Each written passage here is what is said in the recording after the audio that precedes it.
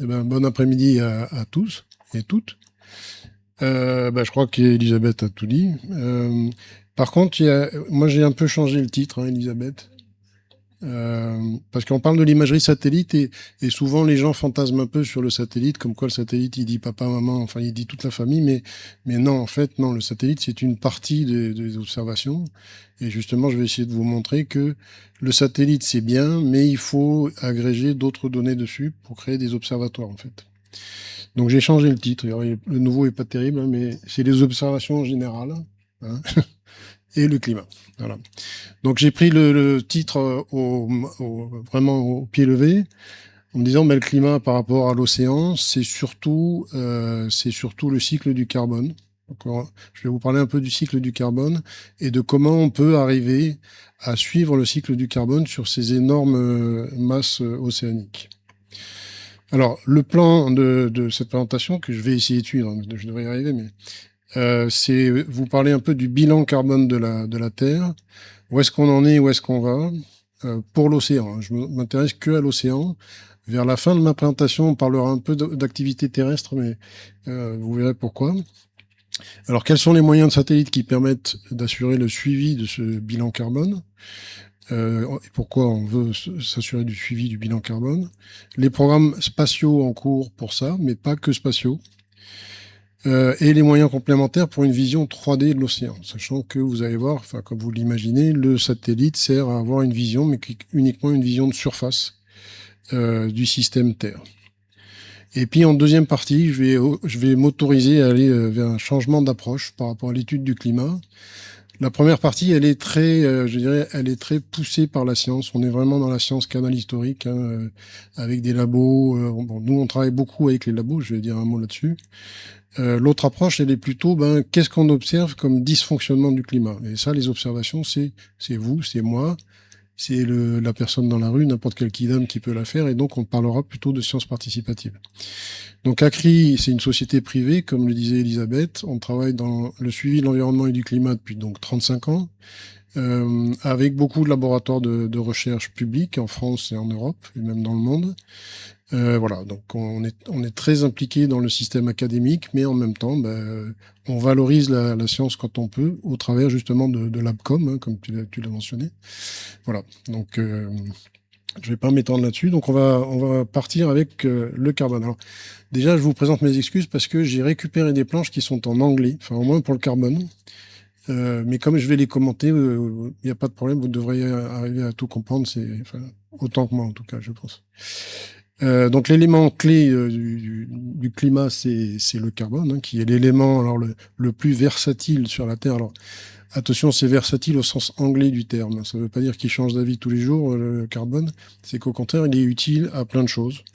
C'est la base de la vie, hein, sur Terre. C'est ce qui alimente la civilisation humaine. Et plus important pour nous aujourd'hui, c'est le cycle du carbone qui permet de contrôler le climat sur la Terre. C'est-à-dire que c'est grâce à nos émissions de carbone ou à cause de nos émissions de carbone qu'on s'intéresse de près à ce cycle du carbone, sachant que la nature qui est sympa avec nous va en pomper une partie, mais pas tout. Peut-être pas suffisamment, et c'est ça qu'il faut arriver à surveiller comme du lait sur le feu. Voilà. Donc voilà les flux de carbone, le cycle du carbone. Alors je vous ai mis des choses ici. Bon, c'est pas moi qui les ai écrites, hein, c'est un truc qui a été publié dans Nature. Donc il y a les émissions, on part de la gauche, il y a les émissions, donc vous voyez qu'on en met quand même pas mal. Il y a la déforestation qui re-émet du carbone, hein. Vous savez que la végétation va pomper du carbone, mais si on fait de la déforestation, ça remet du carbone dans l'atmosphère. Il y a la fonte du permafrost, qui n'est plus si perma que ça, hein, puisqu'il n'est plus permanent. Donc le permafrost, c'est tous les sols gelés en Arctique et en Antarctique, et qui en fait sont en train de fondre et donc de libérer tout ce qu'ils ont à l'intérieur. Il y a non seulement du carbone, mais il y a aussi des nitrates. Enfin, il y a tout un tas de joyeuseté qui est en train de se lâcher dans l'atmosphère. Et puis ensuite, il y a les rivières et les lacs, les côtes, les surfaces, les sédiments de surface et tout ça. Et donc l'océan qui là-dedans a un rôle de pompage de carbone avec différents compartiments qui sont des éléments particuliers ou dissous du carbone. Donc si on s'intéresse que à la partie océan, aujourd'hui on fait que l'océan, Euh, En fait, c'est à peu près, alors c'est 30%, vous allez voir qu'après on parle de 25%, les gens, bon, c'est l'ordre de grandeur, hein. Ce qu'il faut savoir, c'est que le CO2, on vous parle souvent de tout ce qui est végétation terrestre, qui va pomper par photosynthèse principalement, qui va pomper du carbone pour nous donner de l'oxygène, donc ça c'est cool. La végétation terrestre est très importante, mais c'est la moitié de l'équation. C'est-à-dire que l'océan pompe autant de CO2 que la végétation terrestre. Et le reste est relargué dans l'atmosphère, comme on va le voir. Voilà, c'est ce qu'il est marqué ici, hein, 50% de la photosynthèse de la planète. C'est le plus grand réservoir de carbone actif sur la Terre. Et donc, en fait, il faut arriver absolument à comprendre ce qui se passe dans cet océan pour arriver à avoir un budget carbone propre. Sachant que là, c'est un mot que vous allez entendre souvent pendant ma petite présentation, on a quand même beaucoup de sources d'incertitude. Alors, j'aurais beaucoup de choses à dire sur les sources d'incertitude. Voilà, donc faire le suivi de ce carbone aquatique est évidemment essentiel pour arriver à comprendre quand même où va, alors pas 50%, mais on parle de 25%. 25% du carbone est pompé par l'atmosphère, par l'océan, 25 par la végétation terrestre. C'est les deux petites boulettes à 25 là-bas, c'est de la photosynthèse. Et puis le reste est remis dans l'atmosphère qui n'en peut plus en fait. Voilà. Voilà.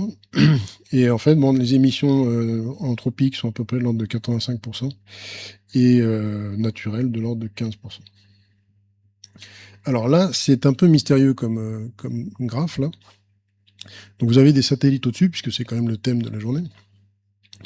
Et vous avez donc le CO2 de l'atmosphère qui va pénétrer. Alors vous avez, je ne sais pas si ça marche. Ça marche? Ouais. Le CO2 de l'atmosphère qui ici va pénétrer dans l'océan. Donc ça, c'est déjà avec des mécanismes qui sont connus, mais qui sont mal quantifiés. C'est ce qu'on appelle grâce à la pression partielle, donc le P de CO2 ici. Et en fait, le carbone dans l'océan va se transformer, enfin, va être sous la forme de 4 compartiments principaux, le DIC, le POC, le DOC, le PIC. Alors c'est très rigolo à dire comme ça. Et en fait, si on les prend, c'est le P, c'est pour particulière, et le D, c'est pour dissous. C'est-à-dire que le carbone va se présenter sous deux formes. Une forme, un carbone organique, donc qui vient de tout ce qui est vivant, en fait, hein, un carbone organique qui est dissous ou qui est particulière, le DIC et le PIC. Pardon, c'est le POC et le DOC, excusez-moi. Et l'inorganique, le carbone inorganique. Alors ça fait bizarre d'entendre du carbone inorganique parce qu'on a l'habitude d'entendre que le mot organique c'est lié au carbone. Il y a du carbone inorganique aussi, qui est un carbone qui est issu du minéral, quoi, enfin, de tout ce qui est minéral. Donc les plus gros, les particulières vont couler. Donc c'est du sinking ici à chaque fois, hein. Donc il y a des mouvements de transfert. Ce qui nous intéresse, c'est les mouvements de transfert du carbone depuis la surface. Alors déjà, l'absorption du carbone par l'océan. Et puis ensuite, qu'est-ce qui va se passer là-dedans? Donc vous voyez qu'il y a beaucoup de phénomènes particuliers. Il y a qui vont être broutés par le phytoplancton, etc.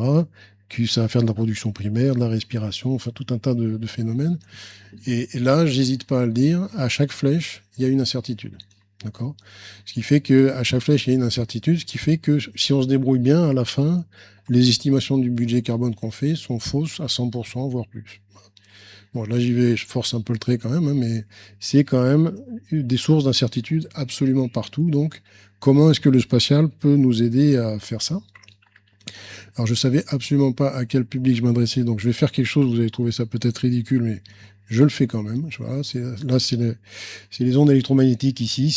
Voilà, ben, en fait, on passe de l'ultraviolet à l'infrarouge. Alors, en général, on le voit dans l'autre sens parce que on le voit en fonction de la longueur d'onde qui est ici en bas.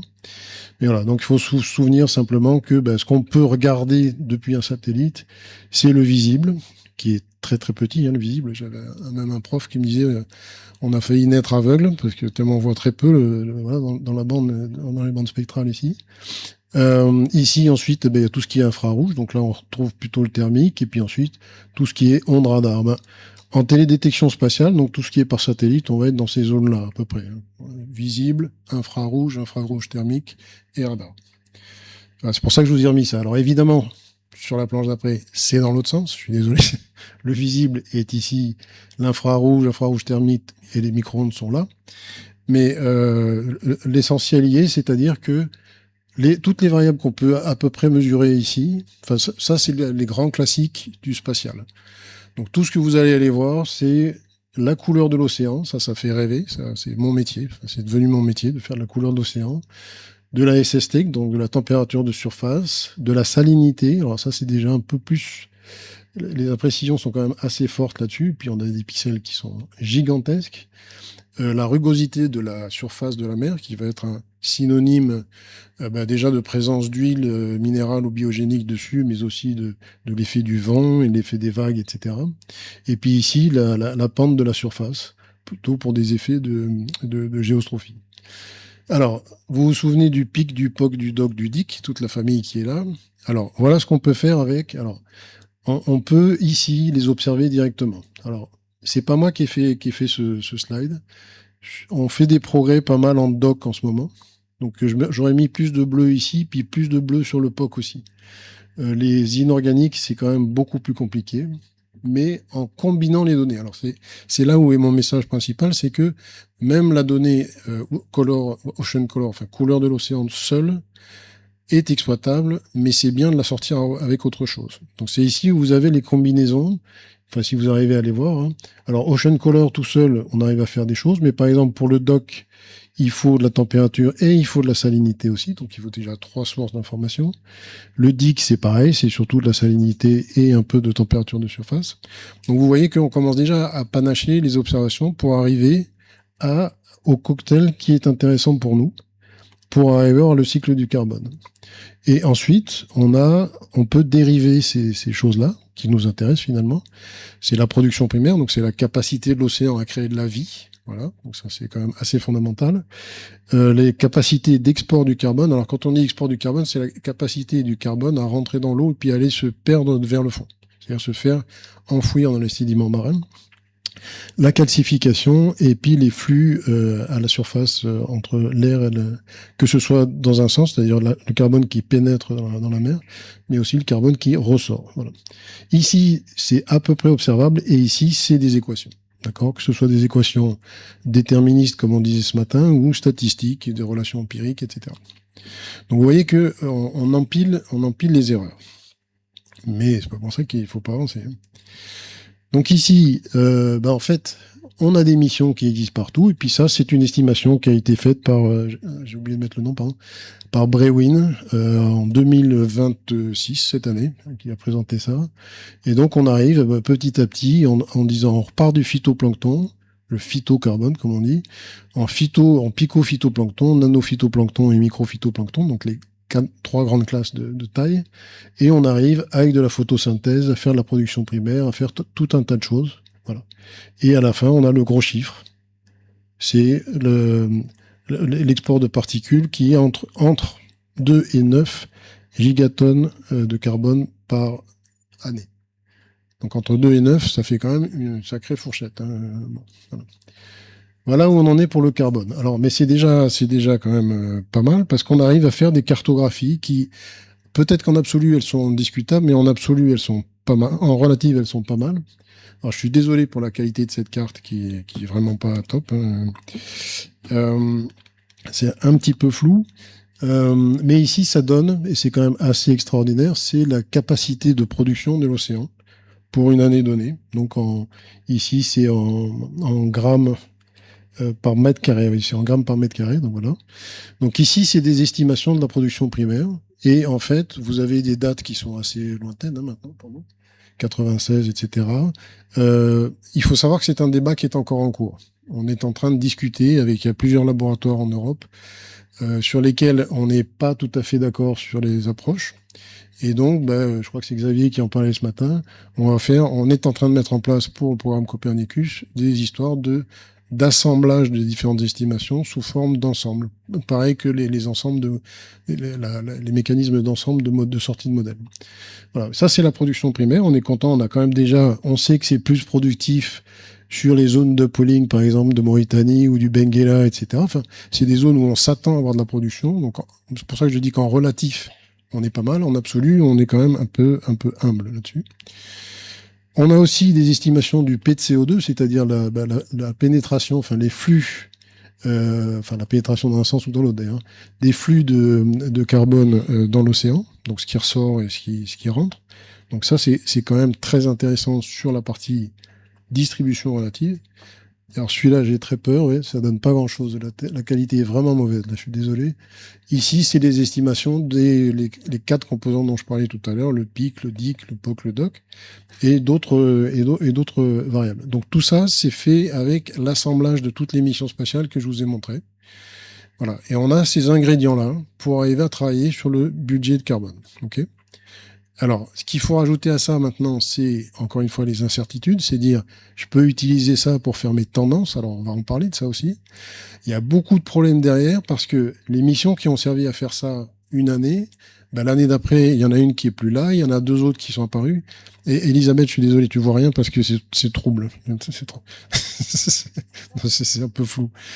Euh, et en fait, voilà. Donc, ce qui se passe, c'est que dans le spatial, on a ce problème-là aussi, mais qui est un problème qui est récurrent pour toutes les observations. Merci beaucoup. Qui est en fait l'assemblage. Pour faire du climat, il faut faire l'assemblage des missions. Alors on dit c'est chouette, j'ai 30 ans de données. Ouais, mais il y a 30 ans, c'était un capteur X qui faisait ça. 5 ans après, il a été remplacé par un capteur Y qui a pas la même précision, qui mesure pas tout à fait la même chose, etc., etc., etc. Et les gens ont une certaine tendance à dériver des paramètres à partir des missions, comme si c'était les mêmes pommes de terre, quoi. Et puis ensuite, à la fin, on tire un trait, on dit ça monte, ça descend, et voilà. C'est beaucoup plus compliqué que ça. Donc, je veux pas dire que tout est très compliqué. C'est pas simple, c'est pas sur étagère. Bon, il y a des choses qui ont progressé, hein. Alors, attends, voilà, comme ça. Donc, les programmes qu'il y a en cours, il y a le programme Copernicus. Bon, j'étais pas là hier, mais j'imagine que les gens ont prononcé déjà ce mot-là. Le programme Copernicus permet d'avoir, donc c'est un programme européen, donc dont on peut être extrêmement fier. Parce que bah, avant, c'était la NASA, la NOAA, enfin, c'était toutes les entités américaines qui faisaient ça. Nous, on envoyait une mission, et puis au bout de 5, 6, 7, 10 ans, ça cassait. En fait, on a fait ce qu'on appelle des proof of concept. En français, c'est des démonstrateurs. Et une fois que ça a été au point, l'Europe a lancé le programme Copernicus, qui est un programme de missions récurrentes, d'accord, les unes après les autres. Et on arrive à avoir des missions qui vont durer sur les 35 prochaines années. Donc ça, c'est absolument fantastique pour nous, surtout si on essaie d'inscrire des études dans la continuité. Reste quand même cette histoire de comment est-ce qu'on raboute toutes les différentes choses. Ici, vous avez, alors j'en ai mis d'autres, hein, j'en ai mis ici, il y en a, ça c'est des missions un peu particulières. Donc CO2M pour le CO2, c'est plutôt le CO2 atmosphérique.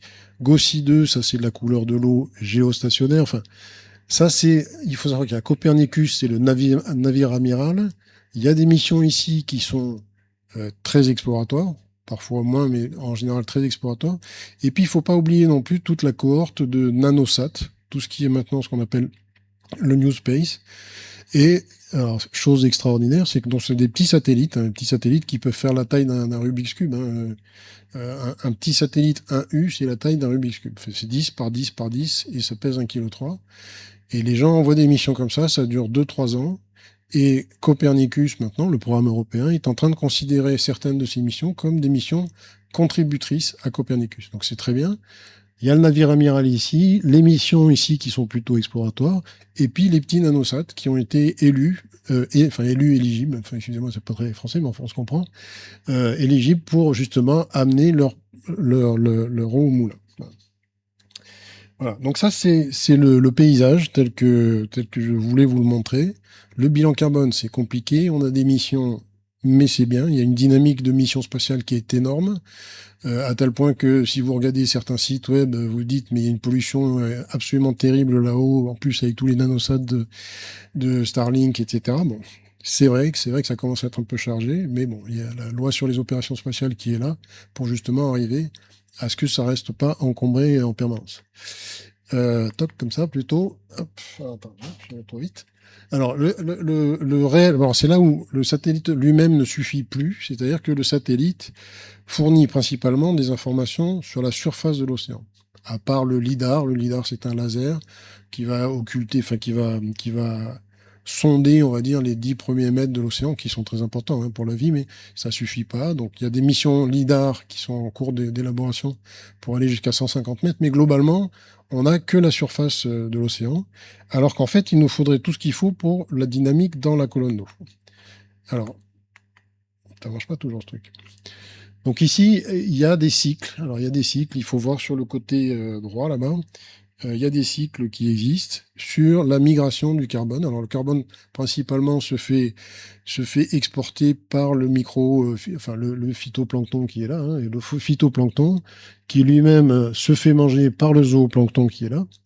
Donc c'est la loi de la jungle en dessous, mais vous voyez que tout ce carbone qui arrive, c'est le début de la vie, puisque il y a photosynthèse pour faire croître le phytoplancton, et puis ça crée de l'oxygène qui crée de l'oxygène dans la masse d'eau. Donc il y a des cycles diurnes ici, je vais pas m'attarder dessus parce que en plus c'est pas ma spécialité du tout. C'est simplement qu'il faut voir en fait les échelles qu'il y a là. Donc là c'est un cycle diurne simplement. On va en reparler tout à l'heure avec les méduses, vous allez voir. Et puis ensuite vous avez les grands cycles ici qui font que une fois que j'ai attrapé le CO2 dans l'atmosphère, gravitairement il va tomber. Ça c'est la pompe gravitationnelle. Donc ça c'est plutôt ce qu'on a vu qui commençait par un P, c'est POC et PIC puisque c'est des particules, donc ça tombe. Par contre, ce qui est dissous, ça va moins bien. Ça, il y a comme c'est mangé, etc. Ça dépend du vivant et puis de là où il y a des prédateurs à certains moments, etc. Donc on l'a figuré comme ça.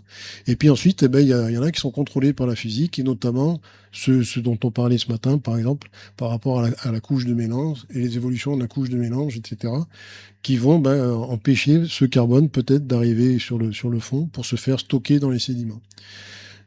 Sachant qu'à terre, c'est la même chose. Hein. Le carbone qui est pompé pour la photosynthèse des arbres va être piégé dans le sol et stocké dans le sol par les racines de l'arbre. Okay. Par contre, ce qui est effrayant, c'est les échelles. Alors, c'est les échelles de temps qu'il y a là. 10 ans, 100 ans, 1000 ans, etc. D'accord. Donc, le temps que ça arrive pour se faire séquestrer dans le fond, c'est 1000 ans.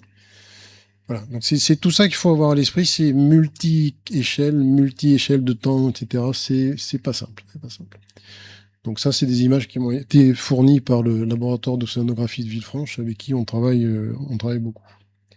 Alors, heureusement ou pas, on en a parlé, j'ai entendu le mot tout à l'heure du réseau Argo. Alors, il y a le réseau Argo qui a été mis en place. Donc, il nous manque le Z. Vous avez compris qu'on n'a que la surface et il nous manque toute cette image-là. Et donc, en fait, alors c'est comme ça, voilà. Donc, on a le réseau Argo qui vient nous aider. Les réseaux Argo, ce sont des flotteurs profileurs qui sont ici, là. C'est cette espèce de truc qui fait à peu près ma taille. Voilà, ça fait 1,80 m. Et puis, ça va passer son temps à descendre et à remonter. Je vais vous montrer comment. Et ici, alors, si on a le temps, peut-être après, on passera une petite vidéo qui est sympa, qui a été faite par les gens de Villefranche. Mais je ne sais pas par rapport au temps, on verra. Pour l'instant, on va le passer. Donc, il y a, voilà, ah, pas bon avec ça. J'y arrive pas. Hein.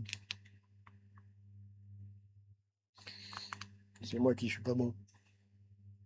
Hop. Voilà, on recommence. Voilà, pardon. Donc voilà, il faut imaginer cet engin-là qui est bourré de capteurs, d'accord. Alors à l'origine, c'est des capteurs qui vont mesurer la température, la salinité et la pression. C'est ce qu'on a appelé le réseau Argo, qui est le réseau initial, qui a été initié en 2000. Ouais, c'est ça, à la fin des années 90, en fait 2000. Donc l'idée, c'est de balancer un truc comme ça dans l'eau. Il va devenir autonome, donc il descend. Il arrive à une profondeur de parking qui est ici, là, ici. En général, c'est 1000 mètres, ça peut être plus de 2000 mètres. Hein. Ça reste 10 jours. Éventuellement, ça redescend, mais surtout, à un moment, ça remonte. On le remet en flottabilité positive. Et lui, il va ici faire des profils. Il va mesurer la température, la salinité, la pression. Ici, il dort. Et puis, quand il remonte, il mesure température, salinité, pression. Et il renvoie ça sur un satellite de télécommunication. Et nous, on récupère les données. Ce qui est nouveau nouveau, non, ça fait quand même, maintenant, ça fait depuis plus de 12 ans, je pense. Maintenant, les charges utiles de ces profileurs sont aussi des charges utiles biologiques, biogéochimiques, d'où l'appellation BGC Argo.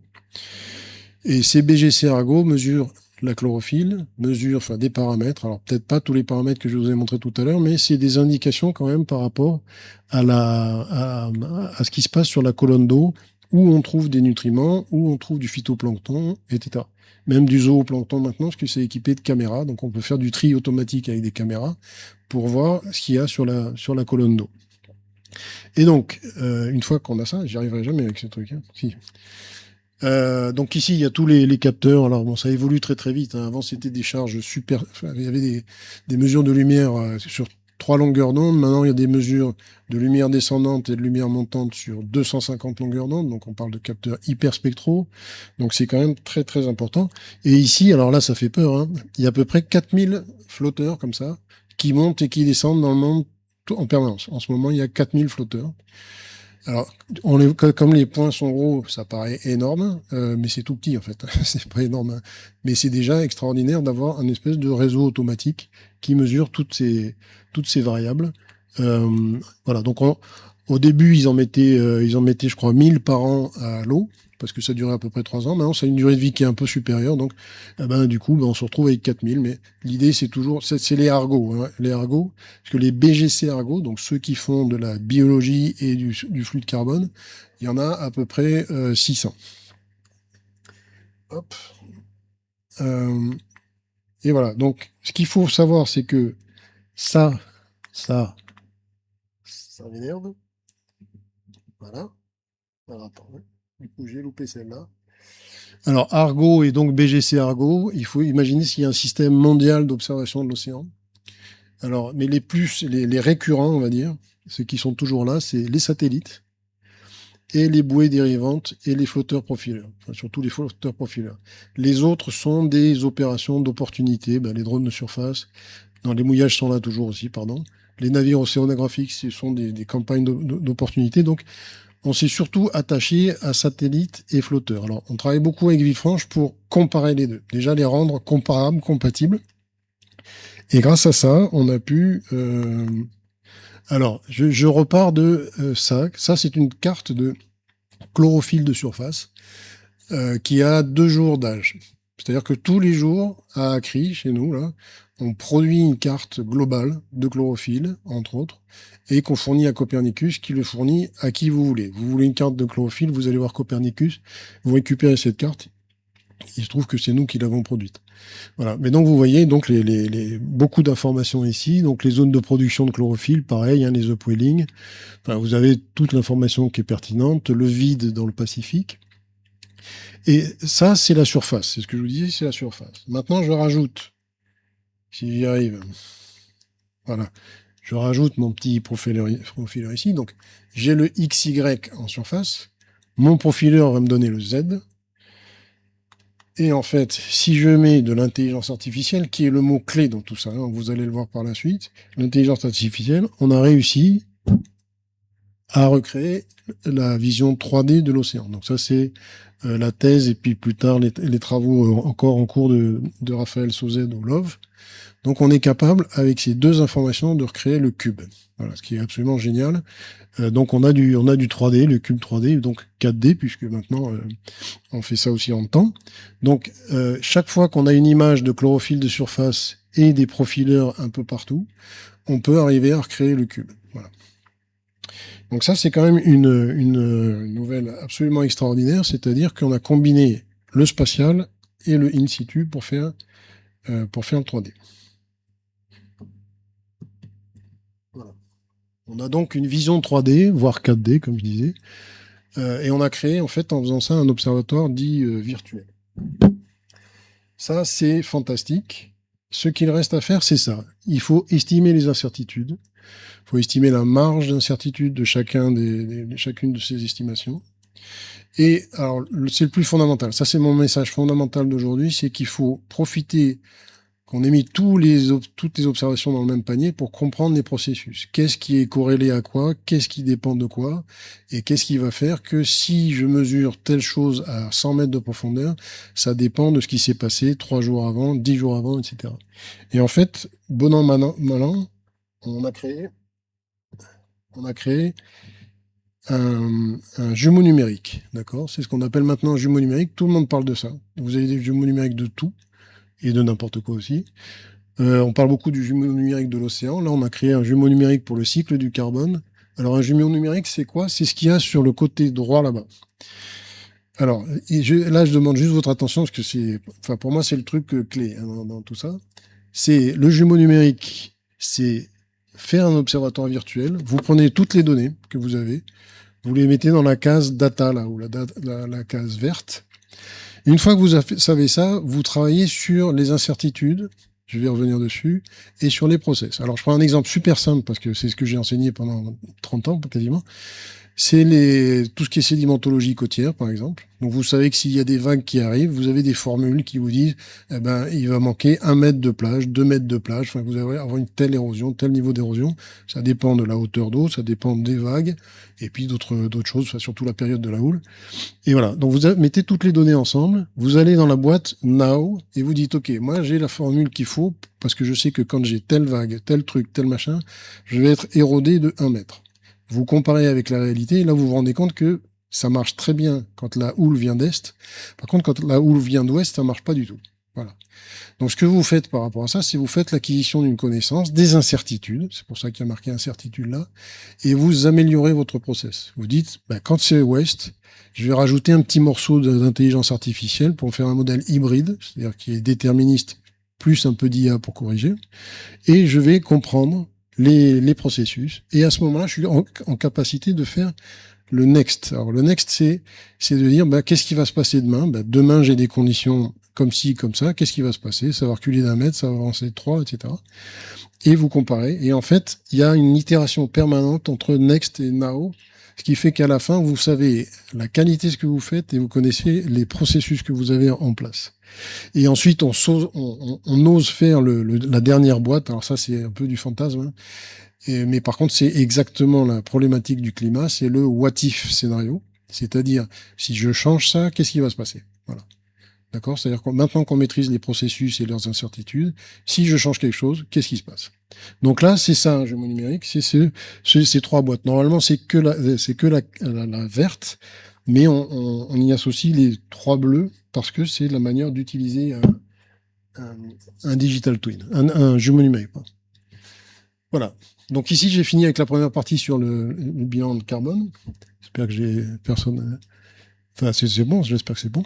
Là, on change de paradigme. Alors, c'est-à-dire que plutôt que d'avoir des super informations avec des super satellites, etc., on va faire un jumeau numérique, mais avec des observations citoyennes. Alors, ça vient du fait que, comme vous l'avez vu sur ma première planche, c'était la plage de Nice. Moi, je suis niçois d'origine. Et à Nice, quand j'étais petit, il y avait des méduses. Il y en avait, je sais pas, il y en avait 2 ans, puis ensuite ça s'arrêtait pendant 5 ans, puis ça revenait. Enfin, c'était des cycles. Maintenant, il y en a tout le temps. Il y en a tout le temps et on a beaucoup de mal à comprendre. Alors, ça vient peut-être justement des évolutions dont parlait encore une fois Xavier ce matin par rapport à la couche de mélange, par rapport à tout un tas de trucs qui étaient et qui ne se font plus, je ne sais pas. Mais toujours est-il que les méduses, peut-être vous le savez pas, mais c'est un plancton, c'est du plancton les méduses, puisque ça ne fait qu'un seul truc, c'est monter et descendre. Tout le reste de ces mouvements, c'est simplement se laisser porter par les courants. Et donc, on a fait un truc un peu rigolo il y a une quinzaine d'années qu'on a lancé. C'est un observatoire citoyen des méduses. Alors, c'est ça, c'est ce qui est ici, ce qui est écrit ici. Et en fait, on considère, alors c'est comme ça qu'on étudie le climat, c'est en disant quelles sont les manifestations de l'évolution du climat. On va dire, les méduses, le fait qu'il y en ait plein maintenant, qu'il y en avait moins avant, c'est une manifestation du climat. Donc, on fait des observations. Alors, vous allez voir que ça marchait beaucoup plus que prévu, enfin, incroyablement bien. Ce qu'on fait, c'est que tous les gens qui ont observé, même tous les gens qui n'ont pas observé, on leur donne l'information. On leur dit, vous nous dites si vous en avez vu, si vous en avez pas vu. On a une carte en permanence. Vous allez sur meduse.acri.fr, on n'est pas très bon en communication. Vous pouvez regarder maintenant, il y a 10 minutes, il y a un mec qui s'est baigné à Cap d'Aille, il a vu une méduse, elle est sur le site. Vous avez toutes ces données-là. Et voilà. Et donc ça marche super bien. Et on utilise les méduses comme un indicateur de évolution climatique. Donc ça, c'est le site web. Je vous encourage à aller à meduse.acri.fr. C'est assez rigolo, hein, c'est très très dynamique. Là, il y a toute une application smartphone. Alors, c'est ce que j'ai expliqué tout à l'heure à quelqu'un, c'est que on a simplement dit qu'on allait dire les gens, est-ce que tu as vu une méduse ou tu n'en as pas vu? Ah oui, non. Alors, si tu en as vu une, à quoi elle ressemble? Ah, c'est plutôt celle-ci, celle-là. C'est pour ça que vous avez des photos de méduses là. Bon, en général, c'est toujours la Pelagia noctiluca. Ensuite, combien il y en avait, Et en fait, c'est des informations qu'on demande, mais qui sont hiérarchisées. Et en général, au bout de 3 niveaux, les gens, ça les saoule, ils arrêtent. Mais on a déjà les 3 premiers niveaux. Donc, on a au moins le niveau, il y en a pas. Et qu'est-ce que c'est? Et rien qu'avec ça, on peut déjà faire de la science, de la science. Voilà. Donc ça, c'est comme ça que ça fonctionne. Donc vous pouvez mettre jusqu'au truc que vous voulez, puis vous arrêtez, vous envoyez comme ça et c'est bon. Bon, ça c'est différent. Vous pouvez envoyer des photos, etc. Évidemment. Et ça, c'est toutes les données qu'on met, on associe à l'observation de la méduse. Géolocalisation, horodatage, l'utilisateur est identifié, mais c'est gardé, respecte le RGPD évidemment. Et surtout, on rajoute les données environnementales. C'est-à-dire que là, on utilise Copernicus pour dire à cet endroit-là, à cette heure-là, la transparence de l'eau donnée par Copernicus, c'est ça. La chlorophylle dans l'eau, c'est ça. La température de l'eau, c'est ça, etc., etc. Et en fait, on crée ce jumeau numérique. D'accord? Mais c'est un jumeau numérique, on a osé le faire avec des données citoyennes. Et pourquoi on a osé le faire? Parce que, bon, ça c'est pour télécharger ensuite. Voilà, c'est ça le plus important. On a lancé ce truc il y a 15 ans. Il y a très peu de publicité à faire parce que ça fait le buzz en fait. Ça fait le buzz, comme on dit. Voilà. Moi, on vient m'interviewer à peu près 10 fois par an, donc je fais volontiers. Je passe dans Nice Matin, c'est toujours la même histoire. Mais les gens, du coup, se connectent, connaissent, etc. Tout ça, ça marche sur toute la planète. Il se trouve qu'on a surtout du succès sur la région sud, parce que c'est là où on l'a pas mal publicisé. J'ai dit 7000 observateurs. En fait, c'est pas vrai, c'est 5000. Je suis allé un peu fort, mais on a 7000 observations par an, à peu près. 7000 sans rien demander à personne. Hein. Les 5000, je vous assure, je les connais pas, hein, s'ils font ça. Enfin, j'en connais 2 ou 3, mais c'est tout. Ça marche super bien. Et là, on a dépassé les 100 000 observations sur la base de données. Donc, on a la plus grosse base de données d'observation de méduses d'Europe, je pense, au moins d'Europe. Alors, au début, mes collègues du LOV me disaient, ouais, mais c'est de l'information citoyenne, ça n'a pas de valeur, tu peux rien vérifier, etc. Quand on commence à parler de 100 000 observations, on fait de la géostatistique, ça commence à avoir du sens, quoi. Ça, c'est tout à fait correct. Donc, voilà, c'est ce qu'on a fait. Donc ça, moi, je suis très fier de ça. Il y a peut-être des pistes de collaboration avec Mare Nostrum, hein, c'est ce que j'ai mis là. Parce que, ben voilà, ça a un rôle aussi sociétal. Les gens, ils nous appellent. Moi, j'ai quelqu'un chez moi qui est un biologiste marin, qui répond aux gens et qui dit, bah tiens, j'ai vu tel truc, qu'est-ce que vous en pensez? On fait un peu de dialogue. C'est rien, hein, c'est 5 mails par semaine. Bon, c'est pas énorme hein, par rapport à tout le reste. Mais ça suffit pour entretenir la quantité de mouvement. Et donc, on a fait un jumeau numérique avec ça. Alors, vous vous rappelez des 4 boîtes, data, now, next, if. Et on a fait un truc, alors c'est des noms un petit peu barbares. Donc, sur les données, on a pris ces données citoyennes. On a pris les données océano-météo de Copernicus, toutes les données de courant, de vagues, de tout. On a tout pris. Et on a secoué le truc pour essayer de comprendre les processus. Comme je vous disais, le data et le now, ça sert à essayer de comprendre les processus. Donc là, on a essayé plusieurs réseaux de neurones. On a entendu ça ce matin, des réseaux de neurones convolutifs. Ça marchait pas. On a essayé plein de trucs. Et à la fin, on a trouvé que le LSTM qui est marqué là, donc ça vous parle peut-être pas, c'est quelque chose qui essaie d'expliquer la chronologie, en fait. C'est le long short-term memory. C'est-à-dire qu'on mélange différents historiques d'observation pour pouvoir expliquer la situation de maintenant. C'est exactement la même technique que quand vous tapez sur votre smartphone, vous dites bonjour ma, et puis ça continue tout seul avec chérie, ma chérie. Voilà, ça vous propose quelque chose parce que ça extrapole. C'est exactement le même truc. Donc on a réussi à faire le now. Alors on pourra en parler, mais là j'ai pas beaucoup de temps pour ça. Donc on est prêt à faire le next et le if. Mais le truc fantastique, c'est que on a osé le faire avec des données citoyennes. Et ça s'est jamais fait en fait. C'est vraiment très très nouveau. Parce que simplement, on a une masse de données qui nous permet de faire ça. Voilà. Donc, alors je ne sais pas où j'en suis. Voilà, je continue. Je reviens sur Terre. D'accord. Donc, on était au fond de l'océan avec le carbone. On est passé aux méduses. Ça reste du plancton, hein, on est entre nous. Et là, dans la même série, alors des sciences participatives dont je suis tombé totalement amoureux. Ça, je vous le dis, c'est vraiment top parce que vous mélangez ça.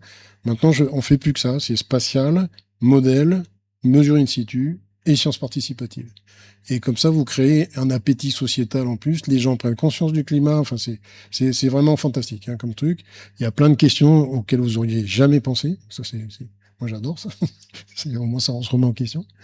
Donc, il y a un autre sujet, mais ça, c'est un sujet des plus de 60 ans, moi, par exemple. C'est un sujet sur les oliviers. Alors, moi, je viens d'une région où l'olive, c'est un patrimoine. Mais j'ai vu ici, j'en ai vu plein en arrivant hier, donc je ne sais pas exactement quelle est la culture de l'olivier, la culture aussi bien agriculture que la culture, voilà. Et en fait, on utilise l'olivier comme un marqueur, comme un bio-indicateur. C'est-à-dire que qu'est-ce qui indique mieux l'évolution du climat qu'une plante qui est malade, qu'une plante qui est déshydratée, qu'une plante qui est en train de crever, ou au contraire qui produit énormément, etc. Voilà. Donc on utilise ça et on surfe sur plusieurs sujets. C'est un bien patrimonial et puis aussi on s'est mis aussi avec des gestionnaires de territoire parce que c'est une source alimentaire utile au programme, c'est plutôt le programme d'ailleurs, d'alimentation territoriale. Qu'est-ce que c'est ce truc? Nous, dans les Alpes-Maritimes, on nous dit, ben voilà, vous êtes une collectivité territoriale, eh ben, il faut que vous arriviez à l'autonomie alimentaire. Bon, je ne sais pas si vous voyez comme c'est bétonné dans les Alpes-Maritimes, mais et puis dans le haut pays, on peut faire que du pois chiche, donc on commence à dire on va faire du pois chiche, mais bon.